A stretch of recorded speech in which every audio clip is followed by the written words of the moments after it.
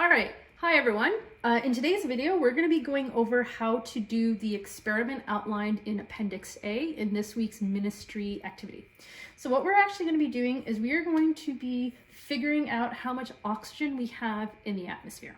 And we're going to do this by looking at how much water is displaced when we have a combustion reaction taking place.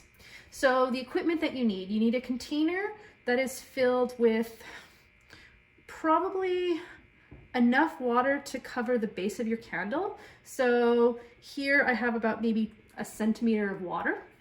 You need a jar that can go on top of your candle. You'll need a lighter to light your candle, and you'll need a way to mark how much the water level has risen.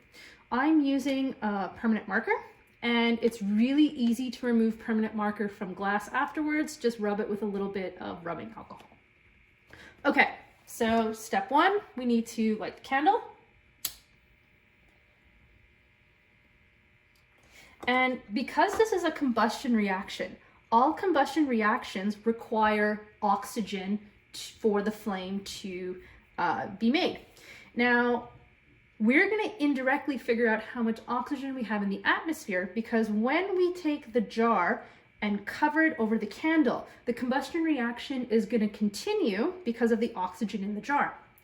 Once all the oxygen has been used up, so that means when the combustion of the candle is happening, I'm producing carbon dioxide and water vapor.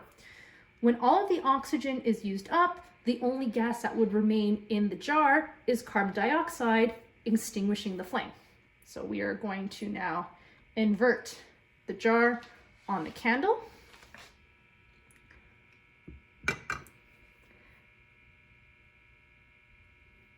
The flame's extinguished, and then we're just going to mark how much our water level rose. So our water level rose up to here. So I'm going to remove the jar, and the amount of water that rose was from the bottom of the jar up to this line. Now, to figure out how much oxygen that is, I need to get the diameter of the jar, figure out the volume of the entire jar, and then figure out the volume of this part of the jar, and that will actually give me the breakdown of how much oxygen is in the atmosphere.